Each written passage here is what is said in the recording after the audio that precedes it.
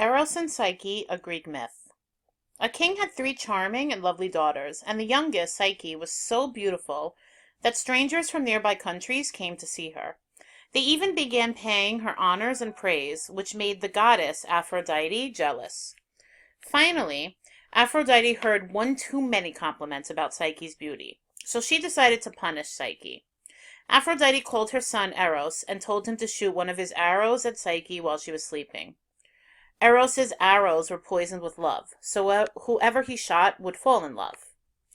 Eros flew to Psyche's chamber. He hovered above the gently slumbering Psyche and took an arrow from his quiver. Just as he began to string it, he accidentally cut himself on the tip.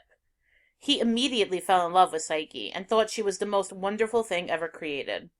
He flew back to Mount Olympus without piercing Psyche with the poisoned arrow. When Eros told Aphrodite that he hadn't carried out her orders, she was furious. They had a terrible fight, one of the worst Olympus had ever seen. Meanwhile, Psyche, with all her beauty, had no suitors. Her two sisters had been married long ago, but Psyche remained alone and unwed. She was sick of her great beauty, which garnered flattery and praise but did not awaken love. Psyche's parents were afraid that they had unwittingly angered the gods, so they consulted the oracle of Apollo. The oracle answered, "She is destined to be the bride of no mortal. Her future husband awaits her on the top of the mountain." Psyche ascended the mountain and waited alone on the summit, fearful of what awaited her. The gentle wind Zephyr lifted her and put her down in a flowery meadow. She looked around and saw a magnificent palace. While she was admiring the decorations and artwork, a voice said, "Dear lady, all that you see is yours. We whose voices you hear are your servants and shall obey your commands. Supper will be ready when it pleases you." Psyche's husband, as foretold by the oracle, came in the night and left before morning dawned, but he told her he loved her. She often begged him to stay and let her see him, but he wouldn't. He told her not to try to see him, because he had good reasons to stay concealed. "Why do you want to see me?" he asked. "Do you doubt my love? If you saw me, you might fear me or adore me. But all I want is for you to love me. I want you to love me as an equal, not adore me as a god." These reasons satisfied Psyche for some time, and she felt quite happy. Eventually she felt homesick for her family and homeland, so her husband consented for her sisters to visit. Zephyr dutifully brought Psyche's sisters to the little valley, and they embraced her. She showed them the palace and told them about the attendants' voices. The sisters began to feel envious at the wealth and the splendor their sister possessed, so far above their own. They asked her numerous questions about her husband. Soon they forced her to confess that she had never seen him. They filled her mind with dark suspicions. Maybe your husband is a terrible serpent who is only nourishing you to make a more tasty meal later. You should hide an oil lamp and a sharp knife near your bed, and when your husband is sound asleep, take the lamp and see if he is a monster. If he is, cut off his head to be free. Psyche tried to resist such thoughts and advice as well as she could, but they crept into her mind like thieves in the night. After her sisters left, her curiosity was too strong for her to resist.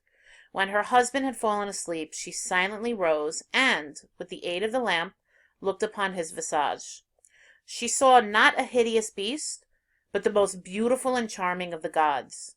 As she leaned over him, a drop of burning oil from the lamp fell on his shoulder, waking the god. He opened his eyes and stared at her. Then, without a word, he spread his wings and flew out the window. Psyche ran to the window, calling for him to come back. Eros paused and said, "Foolish Psyche, is this how you repay my love? I fought with my mother to wed you, yet you think me a monster. Return to your sisters, whose advice you listen to more than mine. I will not punish you except to leave. Love cannot dwell with suspicion." Psyche wandered day and night searching for her husband. She made her way to Aphrodite's temple, but Aphrodite met her with angry words. "Do you at last remember to pay homage to the gods? Or have you come to see your sick husband who is suffering from the wound you gave him? You are so disagreeable that you must win your love back through industry and diligence." Aphrodite ordered Psyche to separate an enormous quantity of grains into separate containers and to complete the task by evening.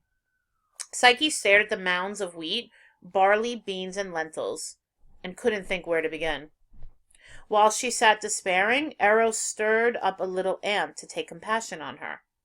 The leader of the ants brought his subjects and separated the grains, sorting each kind to its parcel. Then they vanished out of sight. Aphrodite returned and tossed Psyche a crust of bread for her supper and left, telling her she would instruct her again tomorrow. Over many days and nights, Psyche completed the tasks Aphrodite assigned her. Eventually, Eros could no longer bear to be away from Psyche, so he forgave her. He flew to her, gathered her up, and took her to Mount Olympus. Eros asked Zeus and the other gods to allow Psyche to become immortal, and they consented, even Aphrodite.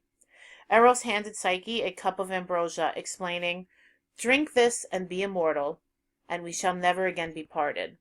Psyche drank the ambrosia, and, after a while, she and Eros had a daughter named Pleasure.